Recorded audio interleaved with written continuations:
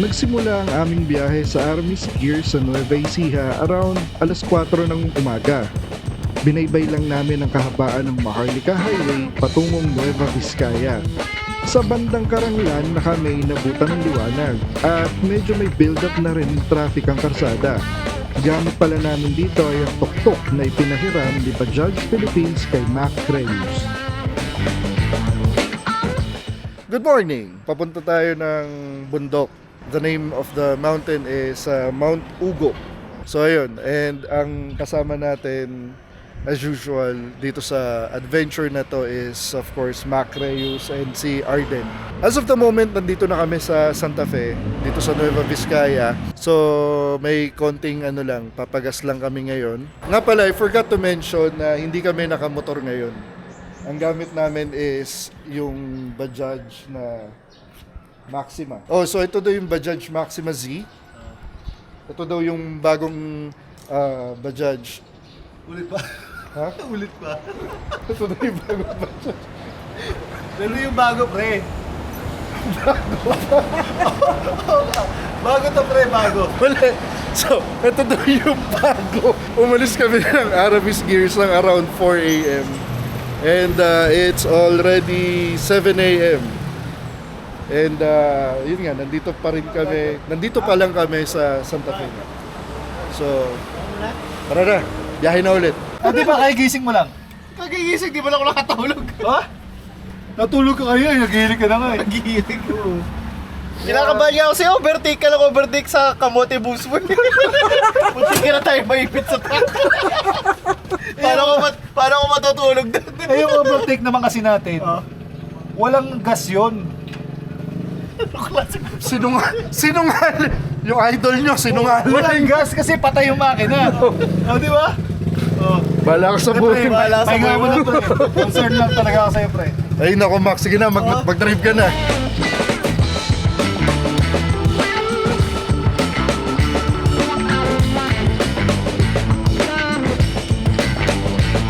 Pagdating namin ng bayan ng Aritaw, huminto muna kami para kumain na agahan. Dito na rin kami namili ng mga kailangan namin pag-akyat ng bundok para sa aming overnight sa campsite.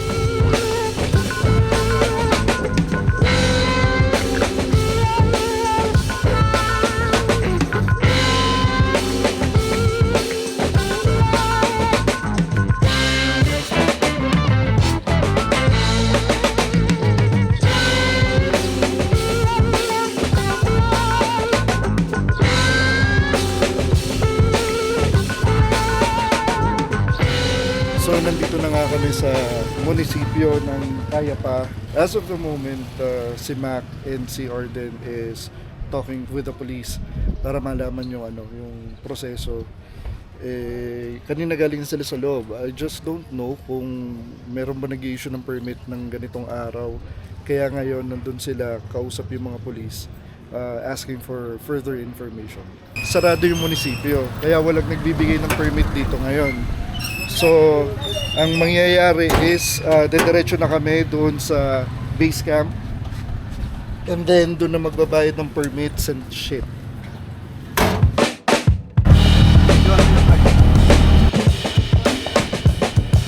Ang Mount Ugo ay isang sikat na hiking destination na matatagpuan sa Cordillera, nakilala sa mga magagandang tanawin at mapaghamong trail. Ito ay matatagpuan sa hangganan ng Nueva Vizcaya at mga lalawigan ng Benguet. Ang pangalan ng bundok, Uguan, ay nangangahulugang pugutin ang leeg sa Ibaloy, na posibleng tumutukoy sa isang lokal na tradisyon ng pagtatanggol laban sa mga mananakop na Espanyol. Kanina natatakot kami kasi nawalan ng signal, so nawalan kami ng map. So ngayon, buti na lang bumalik na approximately 40 minutes before namin marating. Yun dapat marating. So ngayon wala kami signal. Hindi namin alam kung tama ba yung pinag-aaral namin. At unfortunately, bumalik ang signal. So yun, 40 minutes. Unfortunately, bumalik ang signal. Unfortunately, Unfortunately, bumalik yung signal. Siyempre, hindi na fortunate. Wala pa tayo sa destination eh. So ganito po mga behind the scene yan. Meron po tayo ng isang kaibigan na naka-outfit. Napaka-pogi. Napakagaling kumuha ng shoot. Yan. Oo, lakad daw. Oo, lakad daw. Eh, gago mainit. Ay, lalo dito sa gilid namin, no? Delikado dito yung tuktok pag ano. Oo. Kailangan, Pag ano, mabuti. kailangan dito meron kang steal of balls. Oo. Kaya huli natin, no? Taas, oh. Mga pre, Taas, no?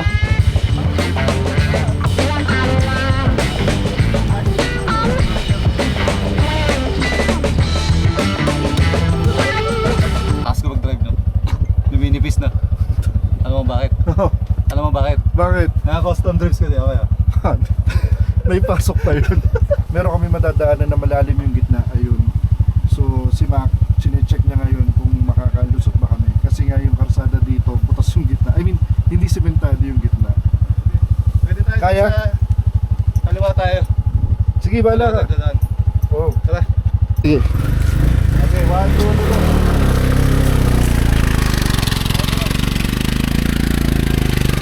3. Loko to si Mac, pinag-ano lang natin.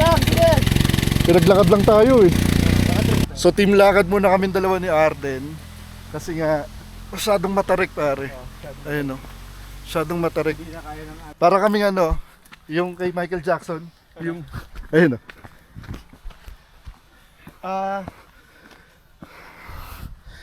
Potek. Oh my God. So hingal. So may nakausap si Mac na lokal na dumaan naka motorcycle. So ito lang daw. Yan lang daw yung daan na matarik. Ito hindi na daw masyado. Buo na yung gitna niya. Oo. Doon din tayo nahirapan kasi madulas yung gitna. Tama. Puro damo. Tama. Pagkatapos ng patag na karsada, mong off-road gaming na kami. Dito masusubukan kung gaano kaganda suspension itong Bajaj Maxima Z. Sabi ni Mac, ito daw yung unang gate. Unang gate na ano yun? Oo, ng gate papuntang ko. So ilang gates ba dadaanan natin? Hindi ko pa alam. Mamaya bibilangin natin. So ito yung gate number 1. Gate number 1. Entrance fee.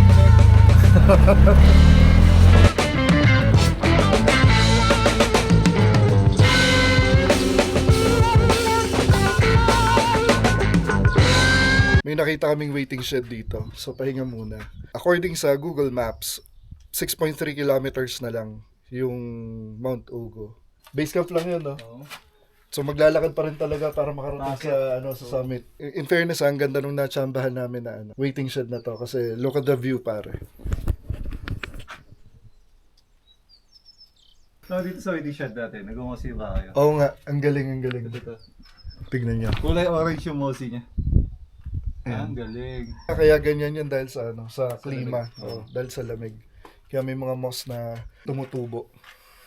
In fairness dito sa Bajaj Maxima Z, bukod dun sa talagang matarik na ahunan na dinaanan namin kanina. Well, plastic ako pag sinabi kong kasing ganda ng kotse yung suspension, pero para sa tuktok, it's very decent.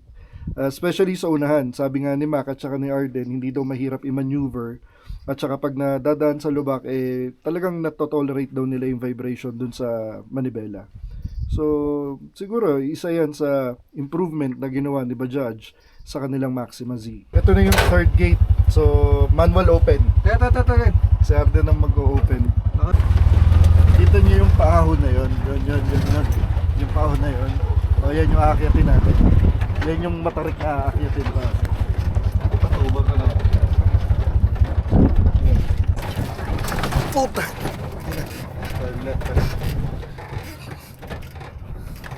Grabe yung tangina. Tabigyan ka natin ito. Tabigyan. Puta. Okay. Grabe yung daan. So, nandito na kami sa pinaka-entry point papanik ng summit ng Mount Ugo. So, ang mangyayari is papanik muna kami sa base camp and then from there, doon namin iiwan itong Bajaj and then tsaka na lang kami diretso papanik. Mag-hike na pagdating doon sa taas na yun. Grabe. In fairness it's already 12:30. Maano yung araw, pero ang lamig ng hangin pare. Kaso ito problema pare. Tangina, naka-shorts ako. Wala akong dalang jacket na naman. Potek na yan. Yari tayo pare. Ganda ng overlooking dito pare. Dito sa area nila. Pakita ko sa inyo. Yan pare. Look at the mountains pare.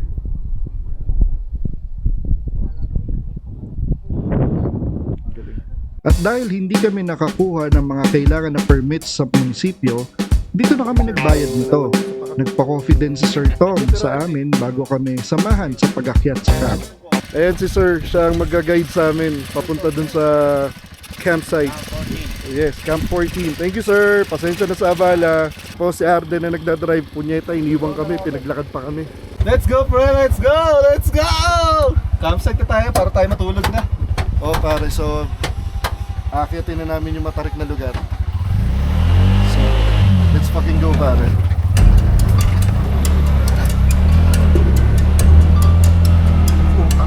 Doon lang sa primera.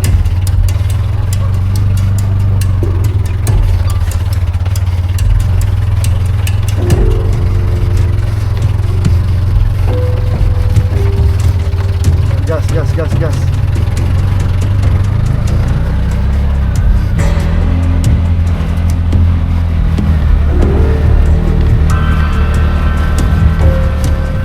Baluhan mo lang, pre. Okay lang kumalot ang dito. Oh, pre. Huwag mong... Yun, at nabiti na nga ang tuktok dahil sa tarik ng daan. Kaya pumalit muna si Mac para mag-drive at para na rin maitulak namin ang tuktok.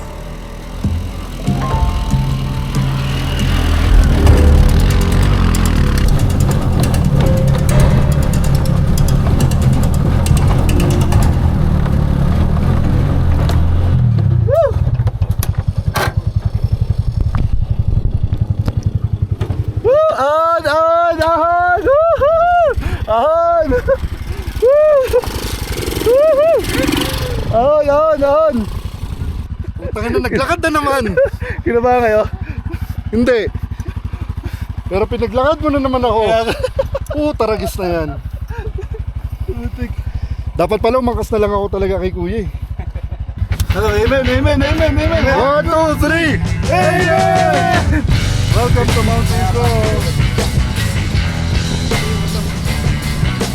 This is the third gate para papunta ng Mount Ugo.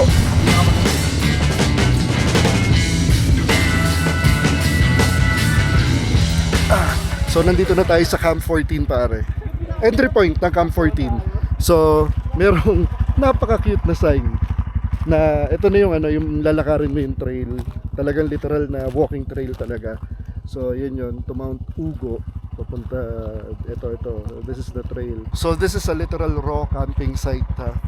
Although meron namang restroom daw doon, although medyo challenge ang water ngayon kasi nga parang may problema daw sa line. Although yung dinaanan natin kanina, merong doon lang, makaligtas lang ng konti doon, merong doon, merong igiban ng tubig naman. Again, Sir Tom, maraming salamat po. Maraming salamat. If you want to experience Mount Ugo, lalagay ko dito. Dito. Yung phone number ni Sir Tom. So you could reach out to him and then yung Facebook, lalagay ko rin yung Facebook dito.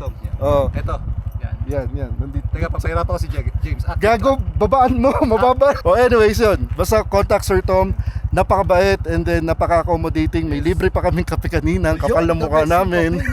So, yun. Sir, again, maraming salamat po. Thank you, sir. Thank Welcome you. sa Mount Ugo. May lampa. Setup na muna kami. As of the moment, iniimis namin yung mga gamit. And, ayan. Kasi ang maganda dito sa Bajaj na to, dito sa Maxima, is mafu-fold mo itong upuan. Magiging parang flat bed siya. So, pwede talagang pangkargahan, di ba? So, for the meantime, yan na lang muna itong mga gamit. And also, ayan na, Chef Arden. Ayan, so magluluto na si Arden ng aming super late lunch. So, mapapanood natin ang video na yan.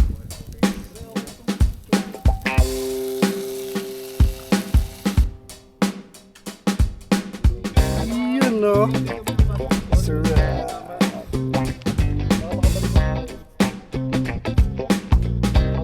Pag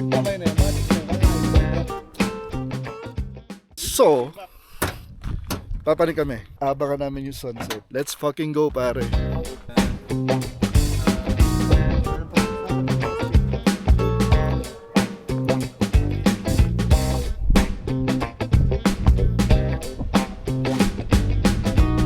Pare, ang angas nito. Yung nilapitan ni Arden.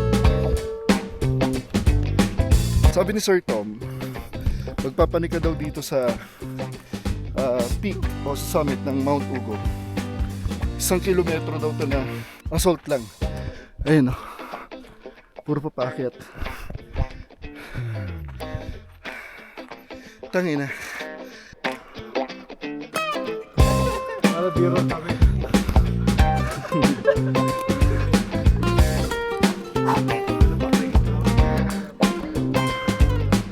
Basta na lang. Assault na naman. Para tignan nyo pre, oh, ang daming bagong tubong pine trees. And after several years, lalaki na rin yan mga ganyan. Ganyan.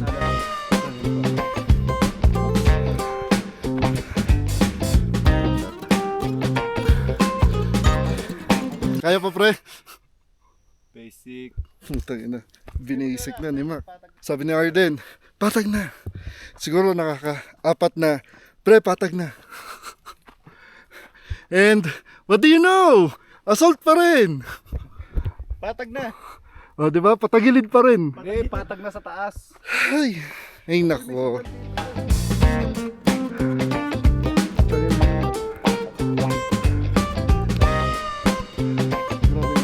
Assault pa rin. Pinag-uusapan namin ni Mac kanina na baka kako para siyang Mount Kupapay. Ay hindi, scam pare. Another assault. Scam pala pare. Mukhang ito na yung liwanag. Ito na tayo summit pare. O, hanapin natin yung sign. Kaya sa kabila, pre. Hanapin muna natin yung sign pre.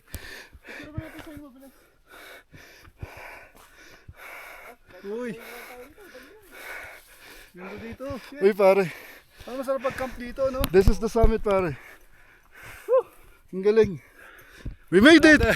Another mountain, pare. Another mountain Another conquered. mountain. Hindi makita ni Arden yung marker niya sinasabi. So, At palubog na yung araw, eh. Oh, habulin na lang namin yung sunset. Let's go, let's go. Oh, baka dyan din. Musok na yung bibig namin pare. Ibig sabihin lumalamig na Si dito. Bako, busukin mo pa. Mossy Forest ulit pare. Dito tayo wasted. Ang galing. Ito na yung marker, pre. Nandyan? Oo. So nandyan din yung sunset. Oo. Wow! The marker pare. Dami yan. Guys, yung tuktok ng Mount Ugo. At kami lang ang tao dito sa bundok na to. As usual. Usual. Kami tatlo na naman. Teka, Hey. mabilis pre. Oy, Mac. Teka. Siyempre, Ang ating tradisyon. ang aming tradisyon pare. Ang ating tradisyon dito sa Mount Ugo. Ah, Ano sasabihin natin? Amen ulit. Okay, kapayapaan para sa kinabukasan. Putang na, 1, 2, 3, 1, 2, amen. 3. Amen. Pare, Mount Ugo pa. Pang-apat ko na pala to. Pag ganun, para sa taong hindi mahilig ng height. 4 mountains, pare, garing pare. So pagkatapos naming ma-reach yung summit ng Mount Ugo, medyo nagmamadali si Arden. Kasi gusto na niyang makapture yung sunset pare. Maganda daw yung sunset. And also, since nasa summit ka, talagang kitang-kita mo yung paglubog. Pagbigyan na natin si Arden.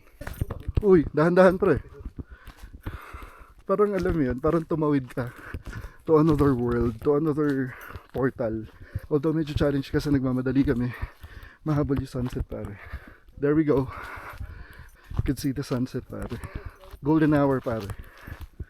Amazing. Kailangan pa rin palang pumasok dito. Another parang forest. Grabe. Gagi pare, ang angas nito pare. Mount Ugo's perfect spot for the sunset pare. Ang angas pare. Sa kaliwa, you could see the mountains. I'm not sure kung sa Itogon na to, or I mean sa Benguet area. Pero pare, look at this pare. Look at that golden stuff, pare. Grabe. Ang ganda, pare. And this is not yet the best part, pare. Pare, ang angas, pare. Ang ganda, pare. Thank you. Thank you, Mount Ugo, for this beautiful sunset, pare. Salamat, Mount Ugo. Ganda, pare. No bullshit, pare, ah. This, pare, this. Worth it. This is breathtaking. Yes. This is worth it, pare. Yes. Tapos, pre, tignan mo yung araw. So yung araw, doon bababa doon sa horizon. Oo. Dito sa Mount Ugo, you have the sunset here. And then pag tumingin ka sa likod mo, you can see the moon there. Ayun, there. Just behind the... Kita ba? Ayan. Basta yun nandun yung buwan. Ayan. You can see the moon and the sunset at the same time. Ayun yung sunset. Tangin na pare. Sa totoo lang yung pagod, parang bigla nawala. Nung na-reach yung summit, tapos nagmamadali kami papunta dito sa other side ng summit para nga ma-witness tong sunset. It's very quiet, peaceful. Sarap sa pakiramdam, pare.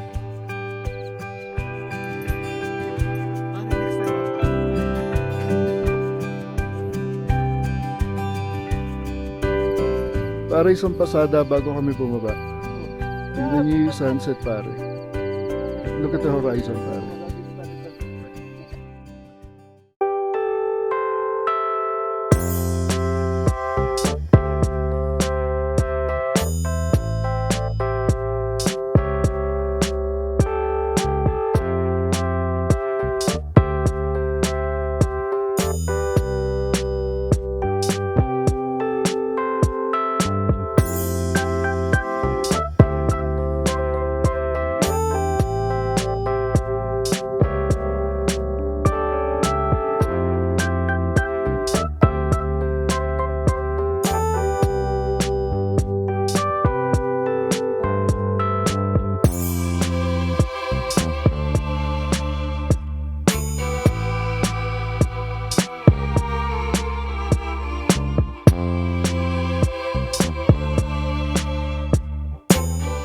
So that ends our adventure dito sa Mount Ugo. po.